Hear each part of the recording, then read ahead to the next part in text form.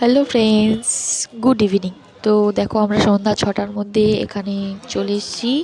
তো তারাপীঠে এসেই আমরা হোটেল বুকিং করে নিয়ে দিদি আর আমি রেডি হয়ে পুজো দিতে বেরিয়ে পড়েছি, কারণ আমাবস্যা ছিল তাই জন্য। চলো তোমাদের এই মার্কেটটা একটু ঘুরে দেখাই, দেখিয়ে তারপর আমরা মন্দিরে ঢুকবো। লাইন তো প্রচুর পরিমাণে পড়ে গেছে, এবার লাইনে দাঁড়িয়ে আছি প্রায় 200-250 জনের পর আমাদের লাইন।